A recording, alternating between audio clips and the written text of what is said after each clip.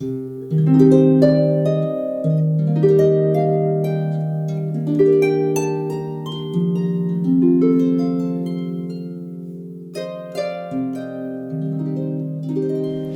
all have access and ownership of our own universal library. Think of yourself going to a fabulous hotel, and the concierge, we get you into that room, we get you into that record, and then we help you do the work, and then you come back out. Having experiences in different parts of the world gives you different realms of access and different points to connect to. Absolutely, thank you. So my name is Amanda Romania. No, I'm not from that country. Originally, my background is from England, and I moved to Sedona, metaphysical capital of the world in my eyes, 10 years ago. So my journey started off not as I expected.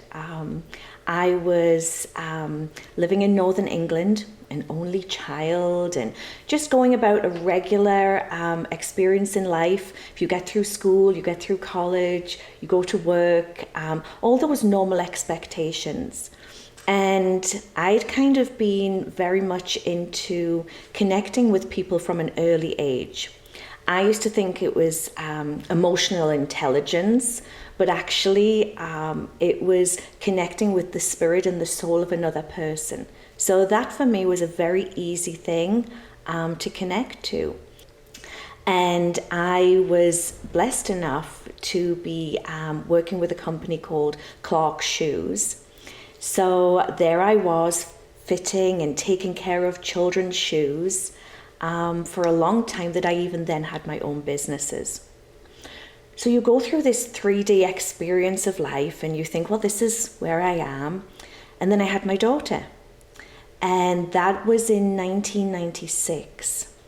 And what I didn't realize at the time was that when we're expecting a child or going through that creation process, that some kind of awakening opens up within us. No one gives you that memo when you're looking at your childcare plan. And my daughter was very, very sensitive. So I started to look at home remedies, look at different things, aromatherapy. Oh, there's this sound that you can play in the room that'll calm your child. So my little 6-month was my first spiritual teacher.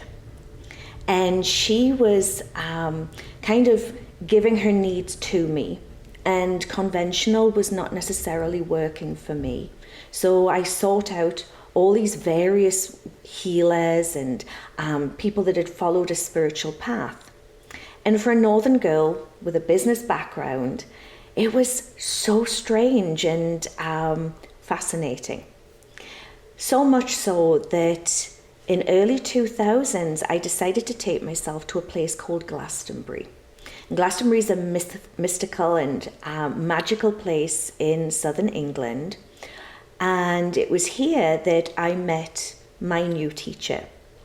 And actually, it was interesting because they were teaching a Kuan Yin magnified healing workshop, followed by a Flower of Life, drumroll, Melchizedek workshop.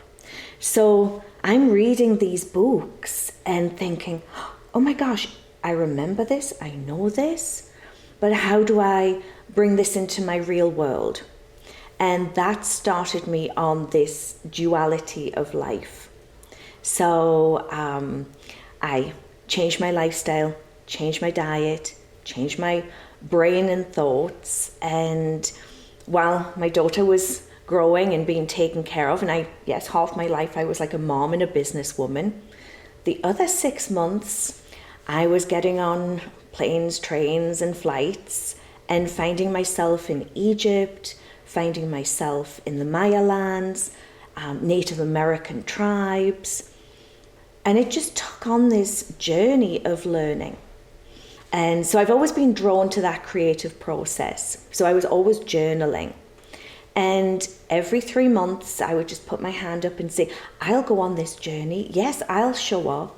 While I was cultivating spiritual gifts, I began to channel.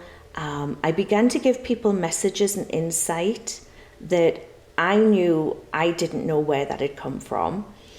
And there was one specific journey in Egypt.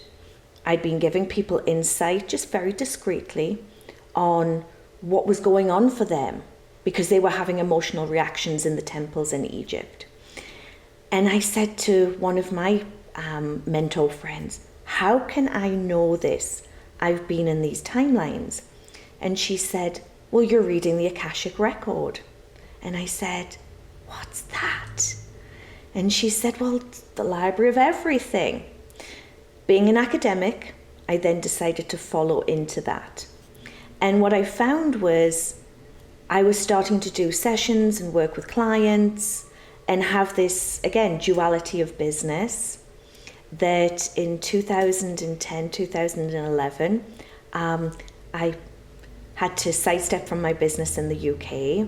I gave back my shoe shops, closed the doors on the businesses, and then moved them to my own, focusing on my own work, my own passions, my own discoveries.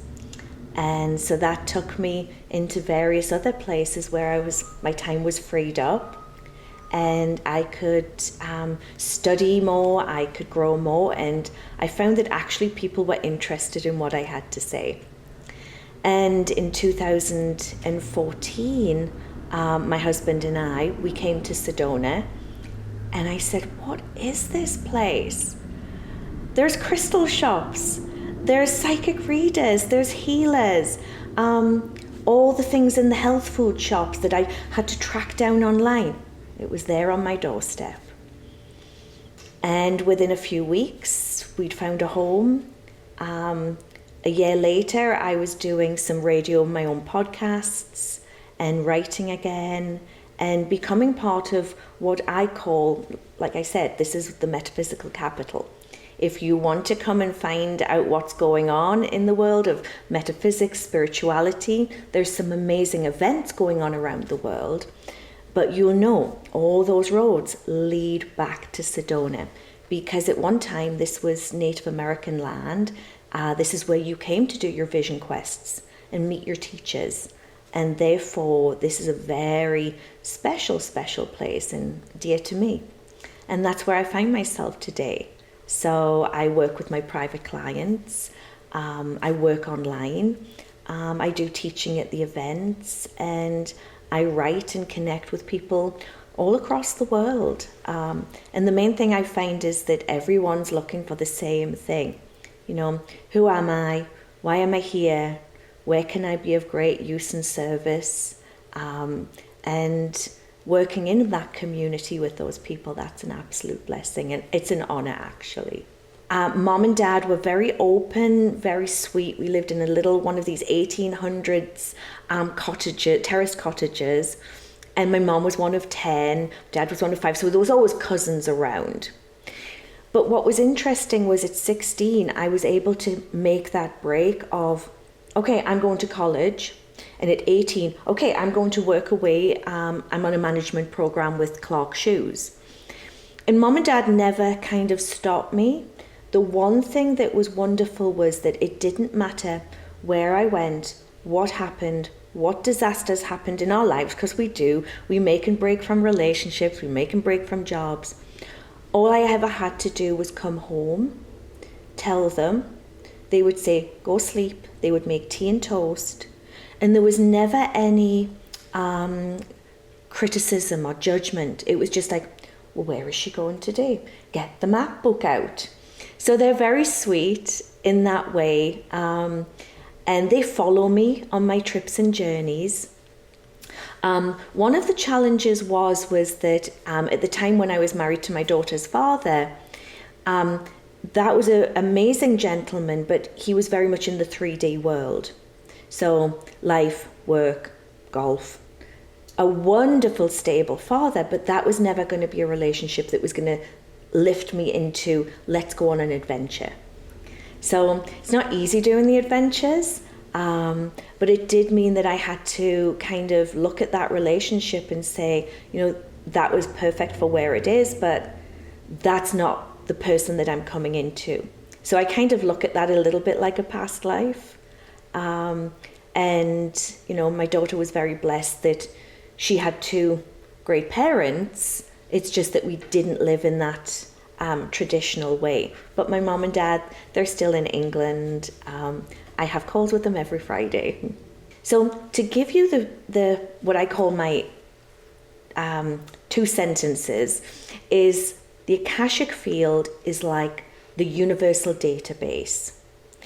100 years ago, we would have probably called it witchcraft, but now you can go on your computer, you can tap a call, you can tap into some information, and you can talk to someone, reach some information, gather details.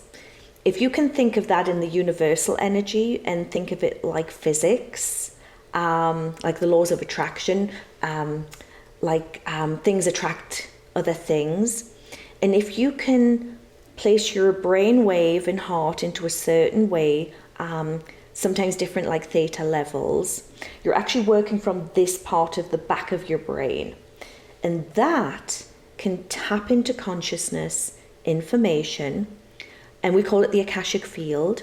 And it has, if you imagine, these teeny tiny little records of information, and you can tap into that with kind of that right side of your brain, and then take it to the left side, your common sense brain, and bring through pieces of information. And that's exactly how we've been doing it for thousands of years when we were oracles, priests and priestesses, channels, psychics, mediums. That is the way we did it. We pull through the subconsciousness information, and we carry a level of subconsciousness, the Akashic record within us. So for an Akashic record reader, we are simply tapping into that person's interface or into a universal interface to gather information. And how it started for me was a little bit strange. Of my teacher in Glastonbury was called Isis, and she was very strong and long blonde hair and these piercing blue eyes. And people from all over would come to her, and she would help them process a past life. Because in the Akashic Records, if you've got past life records with unresolved business, it buffers into this present time. So sometimes illnesses, relationships, contracts, and you don't know why. You've done everything you can, and then someone said, do a past life regression, and there is all that information sat there. So my teacher would bring that information, and where are you, and where are you going? And what was interesting is they would let me sit in the corner. I think they were a little scared. So it's like, okay, Amanda can come in too. And here was the thing. They're bringing in this record, and I'm seeing a few split seconds before they say what they're going to say, I'm knowing what they're going to say. And what I started to then notice was, well, if I can facilitate it so they're not like 20 minutes in the battle or 20 minutes facing, this terrible thing that's happened to them, if we can rewire that quickly to observe it and work with it, can we heal, clear, and gain clarity? So I developed my own system of going into the Akashic field with them and then moving them and guiding them. And if by the end we can get them out of that and release from that record, because a lot of people, it's like they have this deja vu, and that's where it becomes a challenge. And if we can release that, then that helps them move forward in their lives in current timeline. So first of all, I started with the past lives. Then I started doing it with people present lives. Okay, we're not cutting these cords anymore because you're just going to bleed. Let's release them in your Akashic scripts. You're no longer bound to this person or bound to this job. You're no longer a servant to this. And I found that people, just by being in the Akashic field, were making massive changes in their lives because they'd given permission to do so. And it wasn't all a case of, I'm just going to write this in my journal. They were working on it on a multidimensional level. And then I started to work in other realms, maybe a life between life or a future life or a cosmic life. And each person's different, each person's unique. But my main thing is, how do we clear this Akashic record? And how can I teach you to do that yourself? It's changed. So originally I would say to people, think of yourself going to a fabulous hotel. And you go to the concierge and you say, this is what I want to work on. And the concierge, we work together to give you a key. We get you into that room, we get you into that record, and then we help you do the work, and then you come back out. So I have access into many of the realms, but I don't stay in those realms. But over time, the one thing as an Akashic librarian that I found is that having experiences in different parts of the world gives you different realms of access and different points to connect to. So an example of that would be 2019. I take my group to the Sphinx in Egypt. All of a sudden, my group is doing their sunset photos. We've done the ceremony, I've done the teachings. And I look at the back and I say to the guide, what's down there? And he looks at me and he said, you want to see? So they pull this tiny grate and there I am, all in white, teeny tiny. So I climb down. And I am a little notorious for that. Where there's a ladder, where there's something unsafe in Egypt, I'm the first one down, not even thinking. So I crawl down and I'm physically under the Sphinx in this avenue of rubble and scaffolding. And all of a sudden, this like laser matrix comes to me. And I can still have the dreams about it because it happened so fast. But I had this whole awakening that when I came back out of that sacred space, all my oracle insights started to come in. I started to see the halls of Amenti, the records, all of those new teachings. So a lot of that new information is now coming through for me. And I think as a teacher, as a writer, as someone that lectures, you have to keep upgrading yourself. And you never know when the universe or your guides is kind of going to open another new door. But every time they do, it just takes your work to that next level. So yes, my work is constantly evolving from there. So the Akashic Records, they don't kind of work in a lot of timelines if you really go into them because it's particles of information. An example of that would be my first Egypt journey. I saw the end of the record of a challenging time in Egypt. One of the timelines that I write about is the fall of Egypt. Around 44 BC, Cleopatra, she's trying to work with Mark Antony, she's tried to do it with Julius Caesar, she's trying to bring Rome, Greece and Egypt together. It's not working out. And what I tapped into was that was also the time when a lot of the temples fell. So a lot of the priests and priestesses were then scattered. My work's been to bring that back together again. And I was on my first journey, my past life was seeing the fall of it. Then my next journey was seeing what led up to the fall. And my third journey was seeing before the fall of the temples of Egypt. So the Akashic field doesn't sometimes give you it in the way that we think. It gives you it in the way that you need. But in my teachings, I will often do what I call a linear timeline so that you can get your human head around it. So if we're working in future timelines and I'm working with my oracles, we will drop them in current timeline 2024. Then I will drop them in, it's like a meditation, like a remote viewing. We will drop them into, say, 2074. We've dropped you into 2074, you're seeing what's happening. Now I'm going to pull you back to 2044 to see what happened as the trigger there, so you can see why that happened. If you imagine that you were able to see in 1850 World War II. Now, we can't interfere in the records. My oracles, my Akashic readers, we don't interfere, we simply observe. And then we give you the information to make your free will choice. So there we are, 1850, and in a past life, seeing that there is going to be challenges around 1919, around 1945. And we're seeing these certain things come in. If we'd known then, and I think we did, but we'd had a way to give those messages, things could have worked out very different for very different people. Maybe those things in those world events were going to happen, but there was a number of us that were prepared around that 1920s, 1930s, that we're back here now. So I've done a lot of past life regression with people that remember that time. So they remember their times in the resistance. They remember their times working as double agents.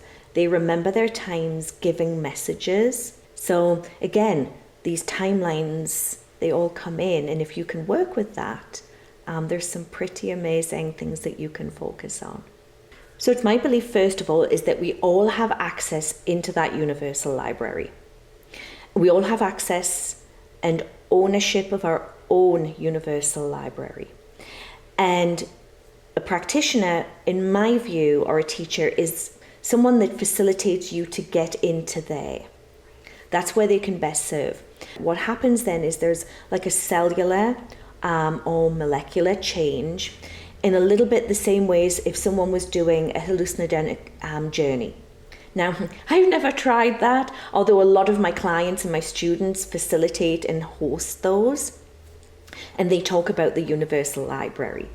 So you don't necessarily need to go down that route. I go down an organic route. But basically what happens is, for them, their structure has changed. Something would have happened physiologically, i.e. the back of like their brain. And at that point, it's like, okay, we're connected.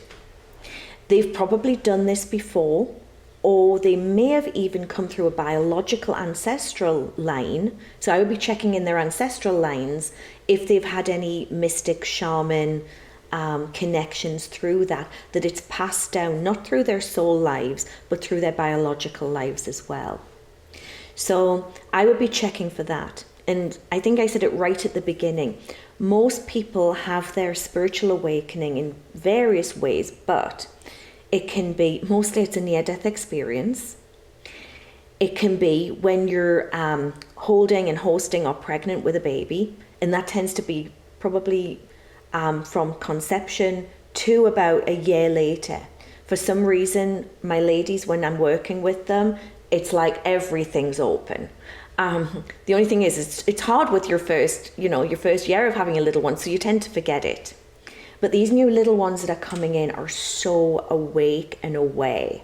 So these new moms that are out there, incredible work. So the near-death experience, the medicine journeys, the childbirth experience, and also in deep meditation states or in areas of high vibration.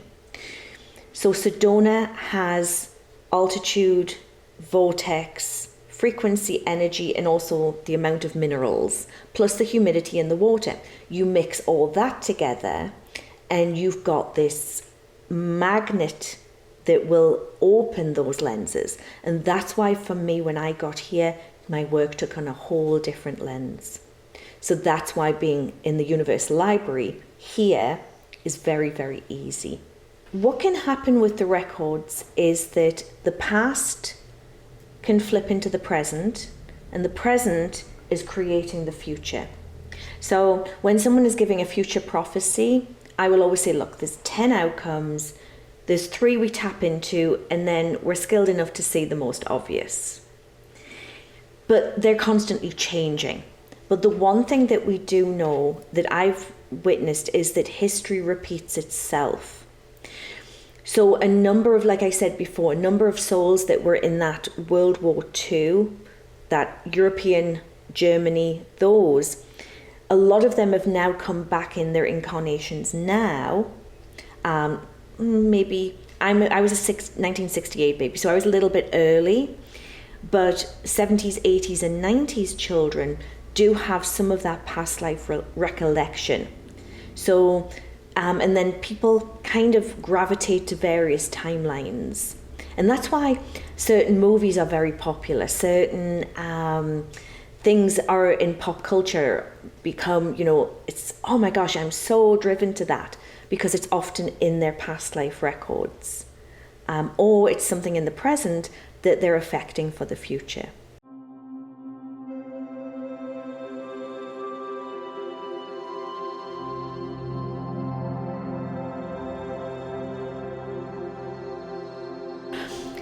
When I first started writing for the Sedona Emergence magazine, I have to say, oh my gosh, it was someone wants to hear my message, hear my words. And when I started to write my first articles for the Sedona Emergence, I was kind of a little nervous, I was a little scared. And then I started to look at what people were really asking me. And I was getting letters and emails from people at various times, all through clients or students. And they would say, oh, Amanda, you give such great answers from the Akashic. And that's where they click, Akashic Answers. So I approached Light Technology, and oh my gosh, they're just such an amazing organization. They inspired me so much. They've been in Sedona as something that is so respected for so long, and now on this international platform they're reaching so many people out there with messages and channels that I know from the response that I get, it's touching people's lives. People that don't have access into a spiritual or metaphysical community in their family, they can feel very alone and alienated. So when I'm writing my column, I'm writing to them to let them know they're not alone. And I basically channel the 12 subjects as they come in and their popularity, I should say. And also what's going on at that time that I feel. And I pick a couple of questions, and I have a very unique writing process for it, in the fact that I write the beginning and the end of it, I write the questions, and then I leave it for 24 hours. Within the 24 hours, my response and insight will come from the Akashic Records, either something I see, hear, feel, or know. And then I sit down, I give myself 20 minutes, and I respond. And because I'm writing in that quick space of time, my writing level is at a certain pitch, that because I teach remote writing, channeled writing, I know that those are messages coming from a higher consciousness. And I like to give some practical, and then I send it to someone to just proofread for me. And then I send the article to Light Technology. And that's how my process is. It all happens within 48 hours. And it's not a labor, it's not hard, it's not difficult. When I've written it, I feel so uplifted. And then I forget I've even wrote it. So I think yesterday's edition arrived at my home, and I think it's maybe the June 2024 edition. So I open it up and it's like, oh, it's witchcraft. Oh, what did I write? Because that's the thing, when a channeled piece comes through, because it's heart and it's connected to another realm, you don't necessarily consciously remember it. So it's always a surprise when that comes in. The one thing I would like to mention that it has shifted in the records, that is the new teachings that are coming towards me. And there's a realm that's known as the life between lives. So it's where you incarnate up and you incarnate down. And a lot of my students, we've been going and viewing that. So we go in and we remote view of the souls that are kind of coming up the stairs. And like my friends and sisters and brothers, the librarians, we're gathering all the information. Then we're kind of taking them to what we call the rehab rooms. I call them the red rooms. And then over here, all the baby souls are jumping because they're like, we're so excited, we're going to Earth. So there's a lot of people, teachers, and you can actually be in your dream state working in that realm. I've had several people say, Amanda, I'm seeing these people's faces. And I'm like, oh, that's the people going upstairs, or that's the babies coming down.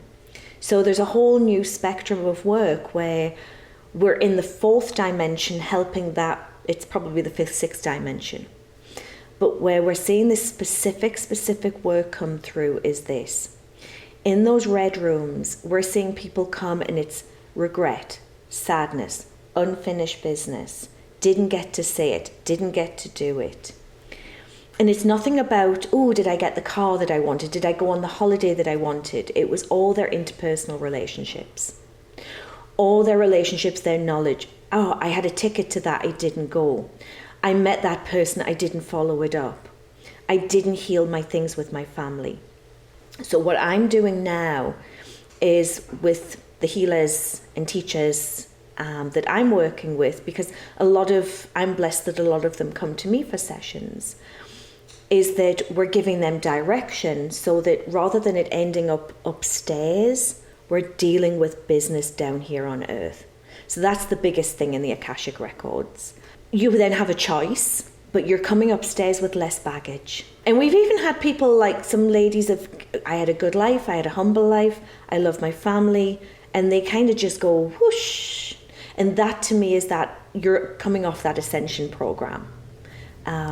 So Sedona actually represents that, and the magazine represents that. Yeah, so my work, I just gave lectures at the Conscious Life Expo in LA, and I'm actually going to be teaching a workshop and doing work there next February 2025. So things are speeding up. I also did the Ascension Retreat here in Sedona with Suzanne Ross, and then I've taken my group to Egypt in September. And then I'm working on my second Divine Oracles book, which is a little bit of a story book, but it's kind of got my stories in it. So it's about a woman called Anna who's opened herself to the Akashic Records, and the witches of Salem, Cleopatra, Anne Boleyn, and now she's on her journey into Egypt. So that's my new project that I'm working on at the moment. So you can be... give an example of, say, someone like a Mother Mary. And when I was in Israel, I was fortunate enough to be in various places where I was with another amazing author in the Sedona Emergence, Ray Chandran. And he and I were teaching together, and she was channeling through me. And she was channeling from the Akashic Records, and we were talking about how Jesus, Jeshua, had done his teachings in the sea, by the Sea of Galilee. Now, I can see myself in that timeline, but I wouldn't say I was in their immediate circle. So I wouldn't say, oh, she was my sister, or she was me. I was doing that channel, that connection. And it was as if I was observing like this. But you can have been in that timeline, so you might have that deja vu memory. You could have been in the inner circle. You could have been, on the hill watching from far away. And what I always say to people is take the message, take the timeline, take the connection, but don't get lost in the personality or what you've read in history, because that can confuse your current journey. But yeah, I've been in Egypt before, and my teacher, we would take like 45, 50 people. And there were past lives going on everywhere. And everyone would be like, we would have like 2 Mother Marys and 3 Cleopatras, because we only can go from our knowledge base of our left brain. So we tend to go to historical characters that we've seen or heard of. But if you start doing your due diligence, there's a whole host of other characters that are there. We just don't know them. But if, say, you're going in sacred sites or you're traveling, you might be tapping into them. And in my experience later on, what happens is then somehow information comes your way where you actually find the name of that person. Sometimes you can find your own name. But I always say keep it simple, keep it humble. Don't get lost into the, oh my gosh, I was this. Because it always comes out into a very difficult challenge. Because how do you create that back in this lifetime? For me, my Egypt goes back actually into my cosmic lineage. So I come through from an Elnathian, which is a star just outside of, it's not connected through the Pleiadians, but it's a very, very old ancient star line and star lineage. And work through the Pleiadians, work through the Arcturians, work through with the Orions, various different ones, gathering information, giving messages, negotiating between councils that then when I came down to this earth planet and had my various incarnations, currently now, Egypt is my number one place that I've worked and had my incarnations, but also that still represents, still shows and highlights that you can read the energy, understand, and work in the way that I'm used to. So for me, that means, yes, I have energy keys and codes to unlock certain doorways and frequencies within the Great Pyramid. I've been working in there for 20 years privately. The Sphinx, the temples. And there's a very special temple in Abydos where they have 7 gateways. It's the only one with the Holy of Holies. And you'll also know it because it's the famous one with the flower of life symbols. And those are 7 stargates. So I'm able to work with my cosmic lineage, my past lives, in a system, in a theme work in Egypt, which is easy for me to understand and work with and teach to others. So that's why Egypt's my number one. Because as far as I know, until I get into China, it's the only place that you can kind of see everything. It's very easy to translate and then give teachings and activations from. But yes, many of my past lives were connected there. There's one in particular that's playing out that I'm watching into, which was the fall of Egypt, like I said, with Cleopatra, her sister Arsinoe, because Arsinoe, she was the oracle, she was the channel. Cleopatra was the queen. So there's a whole thing of timeline of if we'd stayed with our sacred lineage and honoured the oracles and the teachers of the time, but a lot of us were banished. So now we've come back, and that's why we need to go to Egypt. We want to go to Egypt. I would say that's true, yes, because you've got the various sphinxes and the rocks and all of those different things. There's actually an amazing tour to visit the various rock structures. Amazing lady Deborah Thunderbeat. I know she has followed many of the teachers, and she maps the different structures that are in the red rocks. And also because you've got the vortexes, this is a very powerful place. A lot of people think you can just move here and, it'll be great. And no, it's, you're on the fast track. So if you want to go to graduate school, spiritual school, come to Sedona. And I've been blessed. She's kept me for 10 years. So I think I'm nearly on tenure yet. I hope so. I love it. So Mother Earth Gaia, she has her own Akashic record. She has her own agenda. And I believe she is constantly transmitting us messages through the energy ley lines, through the plant kingdoms, mineral kingdoms, animal kingdoms. And she's also interacting with, I call them her star brothers and sisters.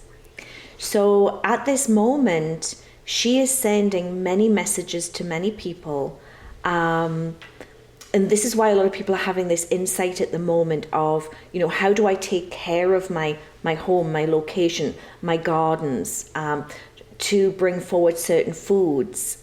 The new children that she's bringing forward for us have all these sensitivities. I see that as a bonus because they are creating certain things where we have to look at our diets. We have to look at our nutrition because our nutrition is coming through us. It's a record and it's going into Mother Earth. And she's kind of like, are you guys going to just dump this trash all this time? Raise your vibrations, raise your frequencies, raise your awareness.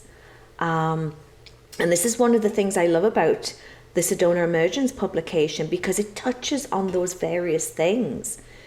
And I believe that a lot of the channels, even though they're bringing from here, the different masters, the different angelic realms, there's a lot of those earth Akashic records and messages in the way that they give those evolution solutions. So she's very subtle, is our mother, very powerful. She takes care of business. And in the Akashic field, she will sometimes give me messages of, this is what's going to happen, Amanda. we're going to have this and this and this. Can you send a team? So sometimes bad things, destruction, wars, all these things can happen. But she's constantly giving to various ones of us these messages of how to bring that back into balance, or how to send etheric teams. I have to do that sometimes when a lot of souls are leaving the planet.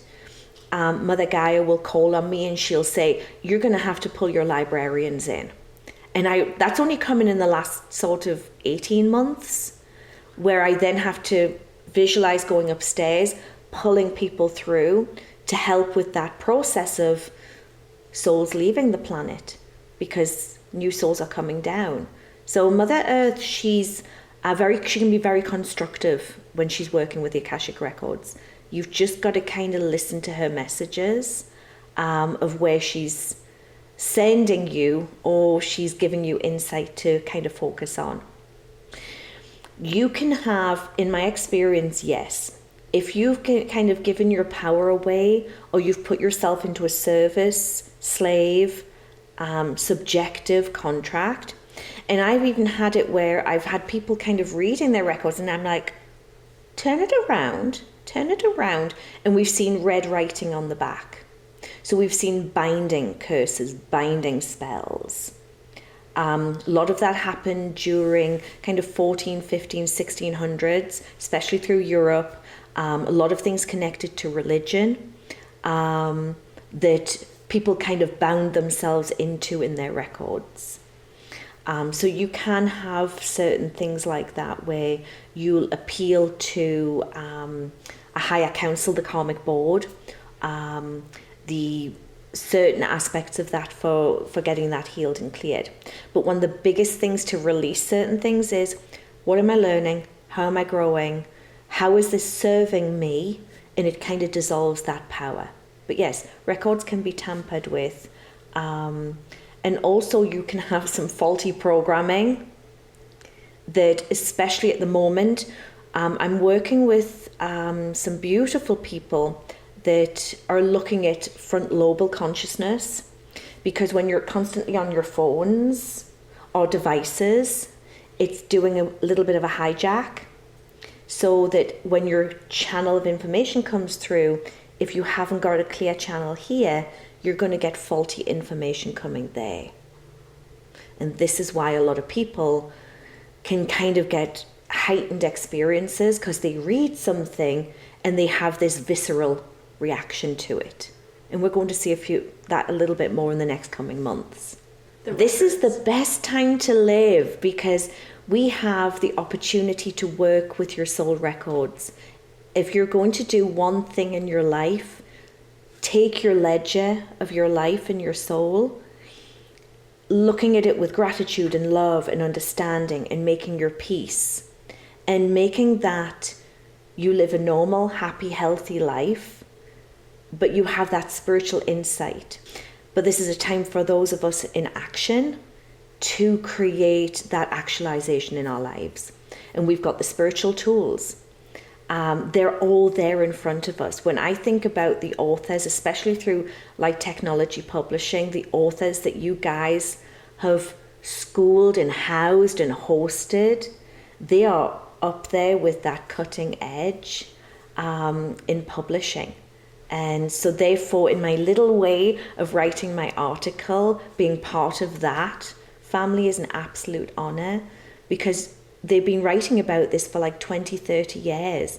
Joshua Stone back in the days, he had all of those things that schooled people like me to be able to do. So that information is out there. You just have to raise your hand and say, I'm interested, help me out.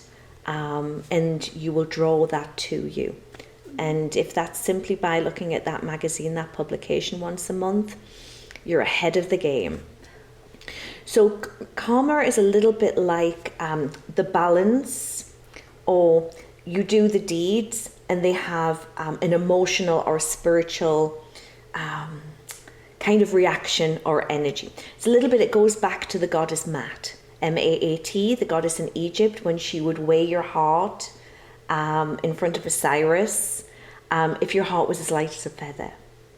So every moment we are creating an activity in the Akashic Records. You and I are having this conversation. We can't change that in the Akashic Records. We can't scrub it, can't take it away, because it's being recorded and people are maybe listening or watching it. What we can change is the emotional reactions of the karmic levels to that. So if you've gone through your life and you've had, certain deeds, and your karmic level of maybe toxic, negative, challenging, and a lot of that is sometimes caused by people's bloodlines, ancestors, environments. If you have a realization of that, and you then seek help, guidance, support, it's my belief that your guides, your angels, your teachers, your ancestors, because they've got unfinished business, can step forward and help you. You can't change those events, but you can atone, heal, clear, gain clarity, do deeds that will rebalance that. Because again, when you get to the other side and someone like me is like, hello, this is what we've got for you. This is what you did, how you saw it. This is how we saw it, and this is how the universe saw it. What do you see? It's not my role to kind of smack their hands and say, don't do this. But if they had a realization that they can make changes, that there is a way of helping and healing that, then they're not stuck in those rooms of requirement upstairs for a long, long time. I've gone into those rooms and seen souls. I've done mediumship work where people have come through, can you help me find my brother? Can you help? And I'm like, they're in limbo. They're in limbo, my darling. We have to wait. I'll send some extra team in. But if they'd known, things could have been different for them on this earth plane. So there's no I told you so's. There's no judgment.